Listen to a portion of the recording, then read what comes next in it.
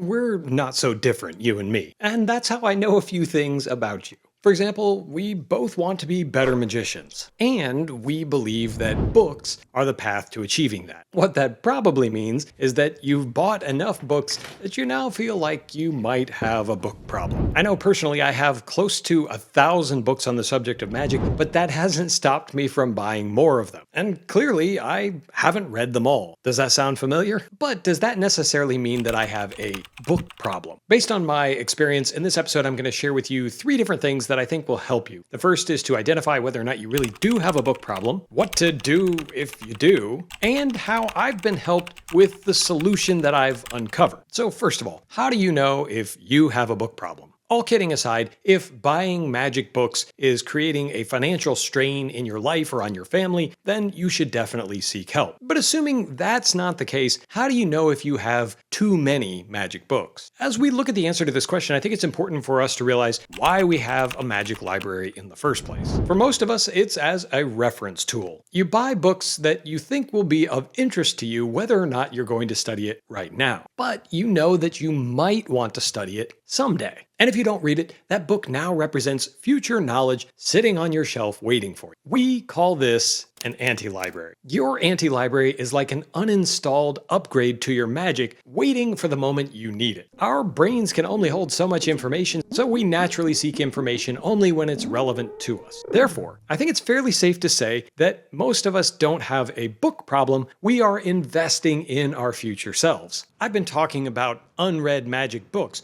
but what if you actually want more books? What if your library isn't that big to begin with? If that's you, then why not check out the sponsor of this week's video, The Daily Magician. The Daily Magician is, as it sounds, a daily newsletter about magic. But how it applies to erudite magicians is that when you sign up, you get 24 books absolutely free. These books represent almost $3,000 worth of value. There's a little something for everyone, everything from the expert at the card table to coin magic, paper magic, magicians who want to do gambling demonstrations, you get the idea.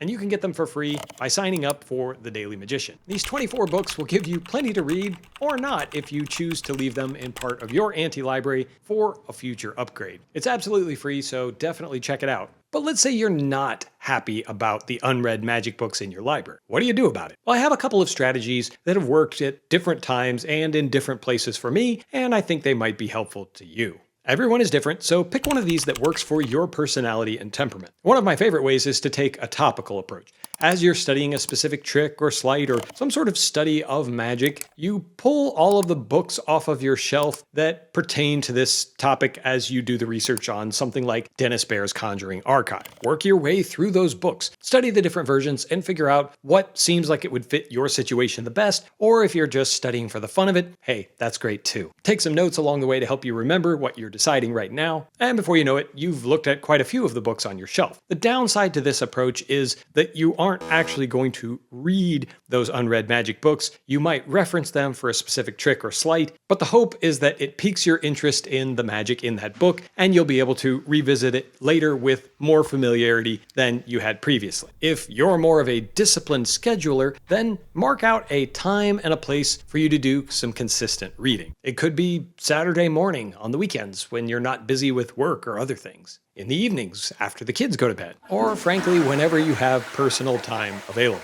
As you get into this habit, you're going to progress much more quickly than you think you could through a magic book and knock out those unread magic books one at a time. If this is your type of approach, I also recommend that you keep a list in your journal of priorities. So as you look at your shelves, make a list of the books that you definitely want to get through. Maybe it's because you want to read it in time to have a discussion with a friend. Maybe you're interested in learning a new trick for that convention that you're going to fry all of your magic buddies with, or you just like knowing that you're making progress. Of course, the downside to this is it can be tough to stick to a regular schedule, and if you find yourself falling off the bandwagon where you're not able to keep up that schedule, don't get discouraged. Just try to get back onto a regular cadence that works for you, or try one of the other approaches if you find that you're actually not that disciplined of a reader. And of course, the other risk in this is getting bogged down in a book that isn't that fun to read, but you feel like you need to keep going through. Right now, I give you permission to stop that book and pick up something else, go to the next priority on your list, and you'll thank me later. The final approach that has sometimes worked for me is particularly suitable if you're more of a random person. In this case, I recommend that you just walk by your shelves and anything that looks interesting to you at that moment, in that space and in that time, pull it off the shelf and take it with you to read. Read as much or as little as you want in that book or until it's not interesting to you anymore. For this method to be most effective, you need to have your books in a place where you're going to walk by them frequently so that you do look at them and spend some time with them, make decisions about which one looks interesting so you get some of that reading time in. The weakness of the random method of going through your books is you may not actually get through all that much because you're simply doing what feels good. But I don't think that magic tricks need to be that serious an endeavor. If you're having fun reading through a book, or it catches your eye, or it piques your fancy, or there's just one or two things that you want to read, then good for you. I've used all three of these different approaches with their different pros and cons at various times and places in my life, and I've experienced some degree of success with all of them, which is how I've been able to read so many of my books. Clearly, it hasn't worked perfectly since there are quite a number that I haven't read, but it certainly has given me some tools so that I can deal with that problem whenever I feel like it needs to be dealt with.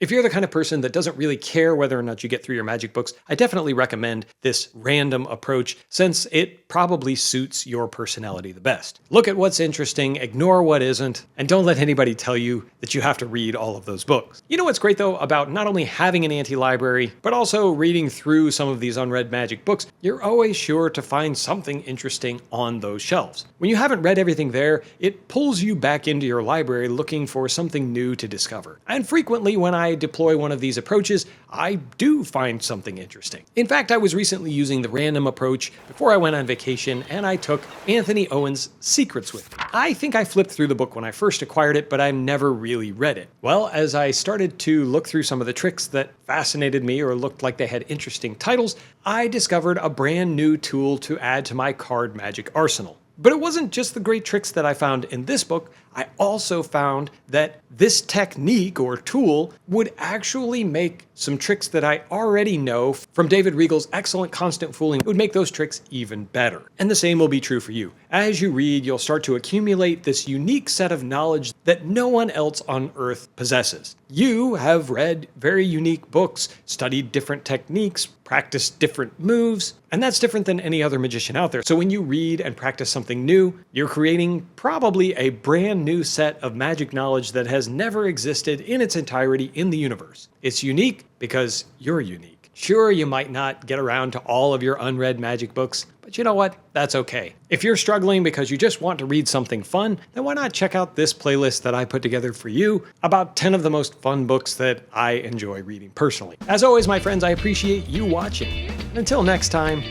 keep reading.